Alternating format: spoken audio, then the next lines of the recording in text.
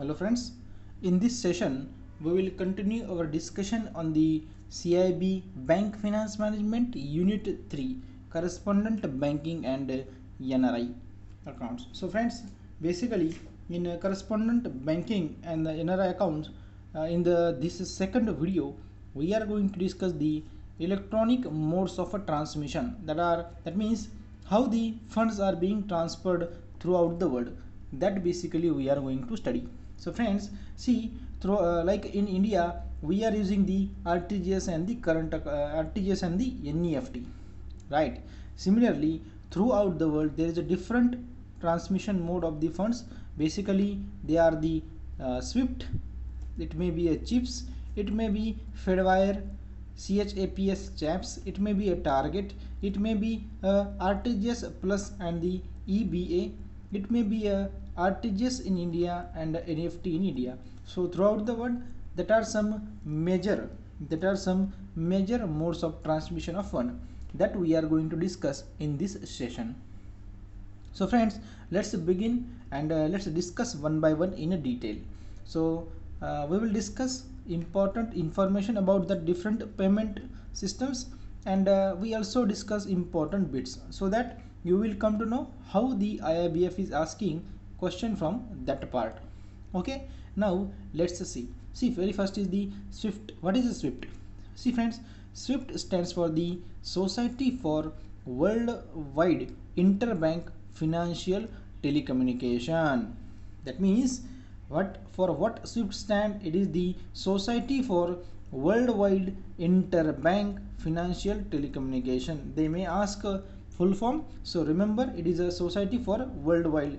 I stands for the interbank. Remember, I stands for interbank. It is not for the international. Remember, many people get confused here. I stands for the interbank. So it is Society for Worldwide Interbank Financial Telecommunication, that is a SWIFT. So see more about the SWIFT. See, basically it is a cooperative entity. So they may ask, SWIFT is a cooperative entity, private sector entity, public sector. So basically it is a cooperative entity and it is owned by different bank. And it provide fast, secure and reliable messaging service to the banks and the financial companies. So how the using a SWIFT code you sends the message and do the transaction.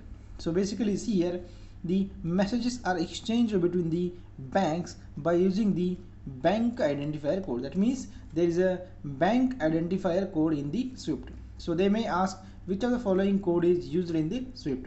So answer for this is the bank identifier code, and popularly this code is known as the SWIFT BIC, that is a SWIFT bank identifier. Remember friends, SWIFT BIC it is a 11 character code. It is a 11 character code indicating the name of the bank, country, city and the branch location. Okay, so remember, just you have to remember SWIFT is the full form. You have to remember the full form of the SWIFT. SWIFT is a cooperative entity and it works on the messaging system. That means suppose you have to transfer money from State Bank of India to suppose you have to transfer money from State Bank of India to Bank of America. Then what happen? Then SBI will transfer some message to the Bank of America that you have to do the transaction, and that messages are highly encrypted. So through basically a message system the SWIFT is working, and for that they are using the BIC code, and BIC stands for the bank identifier. Remember, in a SWIFT we use the BIC code, and basically SWIFT BIC it is a 11 character code. It is a 11 character code which indicate the name of the bank, country, city and the branch. See, through example you can easily understand. See, that are not important, but through example you can easily understand. That's why I have taken the example. Suppose BIC of a Maharashtra Bank of Mumbai is the MAHB INBB PMS, where first 4 character, that is MAHB stands for the Bank of Maharashtra, then IN denotes for the India, then next BB denotes for the Mumbai, and last 3 that is a PMS denotes for the branch. Which branch is that? That means how the SWIFT code is, it is a basically 11 character. this part you don't need to remember. Just remember SWIFT operate using the BIC, and it is a 11 character code. Okay, it is a cooperative society, and also remember it operates through the message exchange system. Okay, now next is the, remember, you have to remember banks mainly use the SWIFT net messaging service to exchange the messages among themselves. That means the banks which are using the SWIFT code, they are generally exchange the messages among themselves, right? And you have to remember it is a net settlement process. That means SWIFT is the net settlement. They may ask SWIFT is the gross settlement or the net settlement. So answer is the SWIFT is the net messaging service. Okay, what is this difference between the net and the gross? Gross is actually work in the in early process, we can say in early time the gross work in while the net messaging, that is a net payment service, work on the basis of netting. That means at the end of the day they will do the netting of all the transaction, and after that they will settle the transaction. But in case of gross, they are settled early. That is the basic difference between net and the gross. Okay, so remember SWIFT is the net messaging service. Now next we have to study the second, we have to study the CHIPS. What is the CHIPS? CHIPS stands for Clearing House Interbank Payment System. That is the Clearing House Interbank Payment System. Very simple, CH for a clearing house, PS for the payment system. But I here stands for the interbank. I stands for here is the interbank. And in SWIFT, I also stands for the interbank. In this way, you can compare and easily remember. Okay, now see detail about the CHIPS. We come to know the full form of CHIPS is the Clearing House Interbank Payment System. That is CHIPS.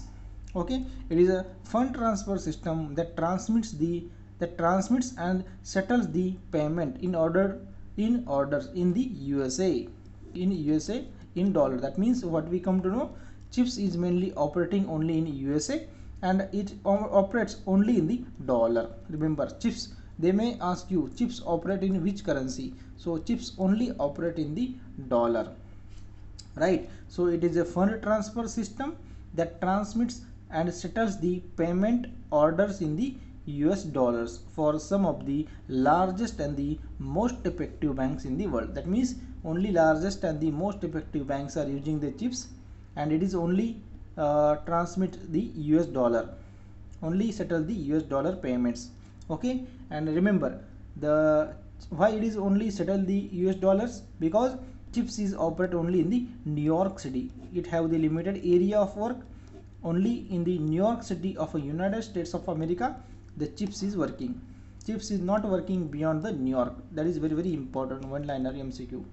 They may ask this line in the true or false. CHIPS is only operate in the New York.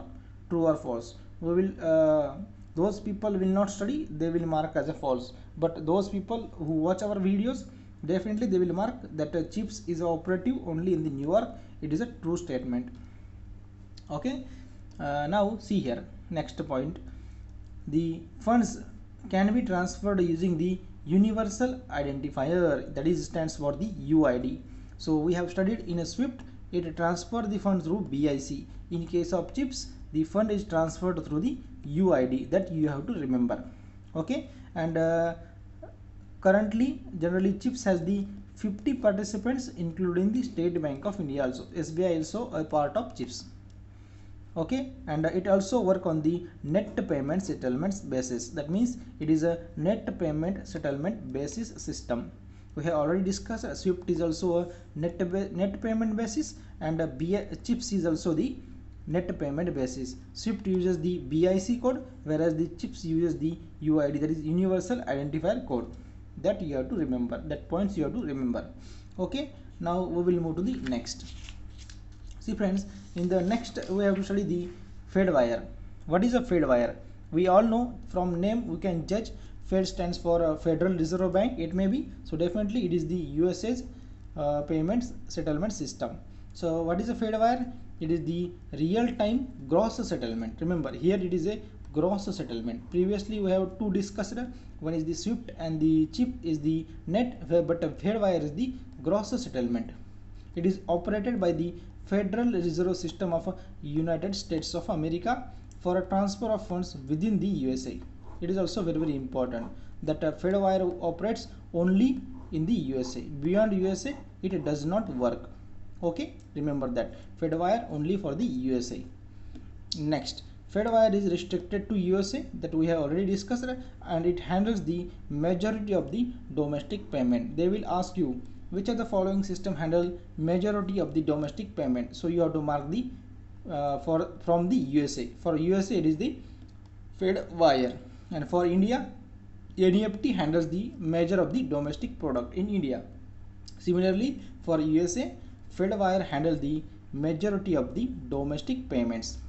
Okay, now next we have to study the bank that maintain Fedwire account are allotted a unique ID called as the ABA number. Very very important. We have already discussed in case of SWIFT. In case of SWIFT, I will write here.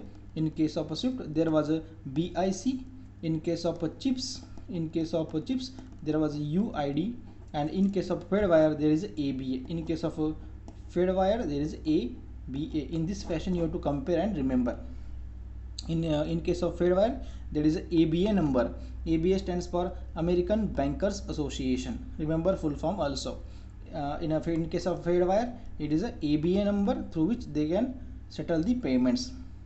So there is unique ID in a Fedwire called as the ABA number to identify the sender and the receiver of the payment. That means who is sending the payment and who will receive the payment. That code, through that code we are able to judge. So remember, in a Fedwire it is only operating in the USA. Majority of the USA's payments are settled using the Fedwire, and it operates using the ABA number, that is American Banker Association number. So now we will discuss next, that is the CHAPS. Remember friends, CHIPS and CHAPS are different. We have discussed before CHIPS. Now we have to study the CHAPS, and Fedwire is the gross settlement. And remember friends, CHAPS is also a gross settlement. Okay, SWIFT and CHIPS are the net settlement. These two are net settlements, and Fedwire and CHAPS are the gross settlements. In case of CHAPS, see what is the full form. It stands for the Clearing House Automated Payments System. In case of CHIPS, it was the Clearing House Interbank Payment System. In case of CHAPS, just difference, I is replaced by A, so it is automated. Remember, A stands for automated. In case of CHIPS, I stand for the interbank, and here A stands for the automated payment system. It is also the largest gross settlement system used in the all over the world. Okay, and majorly the CHAPS is based in the London. It is a London based system. Remember, they may ask one liner MCQ. CHAPS is based in London, New York, or they may give other city like Delhi, Germany. So remember, CHAPS is mainly based in the London. You have to remember. Okay, CHAPS is based in the London, and the Great British Pound GBP. That means it generally and mainly operates through the pounds. It uses the currency pound for the settlement. Okay, the GBP, that is Great British Pound. Okay, remember full form of the CHAPS. It is also gross settlement, and it is operated through mainly in London. Now next we have to discuss is the target. What do you mean by target? So friends, see, target to RTGS plus EBA, that all four are the from the European zone, that we also going to discuss one by one in detail. See, what is the target? Target full form stands for Trans-European Automated Real-Time Gross Settlement Express Transfer System. Okay, Trans-European Automated Real-Time Gross Settlement, that is RTGS Express Transfer System. That is a target. It is a lengthy full form, but 2-3 times you can read, you can easily remember. Trans-European Automated RTGS Express Transfer System. Okay, Trans-European RTGS Express Transfer System. It is a target. It is also the gross settlement system. Okay, it operates only in the Eurozone. It is operating in the Eurozone, and exchanging the payments in the as it is operating in the Euro, definitely it will exchange only the Euro currency. And remember, target 2 is the updated version of the target. You can easily remember that part. Target 2 is also a payment system. It is just updated version of the target. So target is a payment system. Where it operate only in the euro zone, that is in a European country only. Target payment system is there. Okay, next is the RTGS plus. So remember friends, RTGS is not like RTGS in India. It is a RTGS plus is a total different from our RTGS in India. So RTGS plus is operating in the also in the euro clearing system. So it is also in the European country it works, and it is a German hybrid system. Germany also a European country, so that's why we can say it is a euro clearing system, and it is originated through the Germany. That's why it's called as the German hybrid clearing system. It operates mainly in the European country. So remember, target is also in European country, and RTGS plus it is originated in the Germany. That's why it is a German hybrid clearing system and operate in the European country. Okay. Now next is the EBA. EBA stands for the European Banking Authority. So EBA has also developed some payment systems for the Europe, that is European countries, and it is a net payment based system. EBA, whatever the EBA developed, it is all that are the net payment based settlement, and it also operates in the euro clearing systems. See, EBA has developed a system named Step 1. Through the Step 1 system, they are mainly doing the retail payment. Remember, they may ask which of the following in the developed by EBA is used for the retail payments. So retail payments are done through the Step 1 in the Europe, and in Step 2 they are doing generally the automated clearing house, that is pan Europe, that is throughout the India. How the clearing houses, automated clearing houses work? Through the Step 2 system developed by EBA, that is European Banking Authority. So we have discussed a majority and almost all important points from the different payment system. So friends, we will continue our discussion, and in the next video we will discuss different important NRI accounts, and what are the facilities that banks provide to NRI, that we are going to discuss in the next video. So friends, happy learning. So friends, in the payment systems, next we have to study the RTGS system in the India. That we all know, we are working in the bank, that's why we are familiar with the RTGS. So friends, just we will take the overview about the RTGS and the NEFT, that is NEFT in the India. So friends, what is RTGS? We all know it is the real time transfer of funds across India in the Indian rupees. That means in India we are using the RTGS system. That is it is a real time transfer of funds, and the name real time gross settlement indicates that the payment instructions are executed as soon as they are received. That means the payment instructions are executed as soon as they are received. That means in the real time, and paid off on a gross basis, that is without any netting. That means RTGS is paid on the gross basis without any netting. Okay, that's why it is called as the real time gross settlement. It is a real time and it is without netting, that's why it is a gross basis. Next, the money is credited to the account of the beneficiary instantly. Very very important. RTGS is a instant basis, it is a real time basis. If the money cannot be credited for any other reason, the receiving bank would have to return the money to the remitting bank within 2 hours. That is important MCQ, right? That means in what time money should be returned by the receiving bank? Within 2 hours money should be returned to the remitting bank. Okay. Next, the minimum amount which can be transferred using RTGS is the 2 lakh rupees. Minimum 2 lakh and maximum no limit. And our important point, IDBRT, that is a Institute for the Development and Research in the Banking Technology, that is IDBRT. Remember the full form?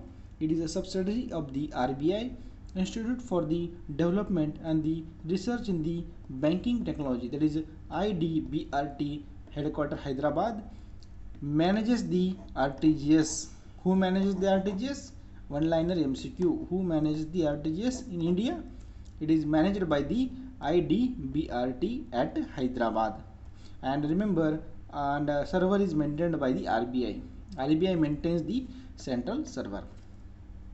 Okay, and remember, this facility of RTGS is available for all the customers. It may be individual, partnership, or a company, and so on. It is available to all. And as per the RBI guideline, the real-time gross settlement, that is RTGS, is available 24/7 with effect from the December 14, 2020. That means last year December, since last year December 14, it is 24/7. That may be a MCQ in your upcoming examination. Okay, they generally do not ask a date, but they may ask from which date, or from since how long the RTGS is the available 24/7. Okay, so just remember, for sake of information, since December 2020, the date is not important, but you can just remember, since December 2020 it is available 24/7. Next, we all know about the NEFT, that is a National Electronic Fund Transfer. It is basically a National Electronic Fund Transfer, right? Measure of the Indian funds are transferred, that is domestic transfer funds are done using the NEFT. And this system, it is which functions on the batch basis. We all know NEFT function on the batch basis, and there is no amount ceiling. There is no amount ceiling, right? That means no minimum and maximum in case of NEFT. Okay, and it function on half hourly batch system. That means there is it function on the batches basis system, and each batch is of a half hour. Each batch is of half hour, and settlement is on the net basis. Remember, this settlement is on the net basis, and in case of RTGS, the name itself having the word gross, so it is a gross basis, it is a net basis. That is the difference between NEFT and RTGS. And settlement period, they may ask what is the settlement period. Remember, it is important, they may ask settlement period. So settlement period is maximum batch plus 2 hours. This is the settlement period. And remember, there are 48 half hourly batches every day. In a day there are 24 hours, so each hour 2 batches, so 48 half hourly batches are there.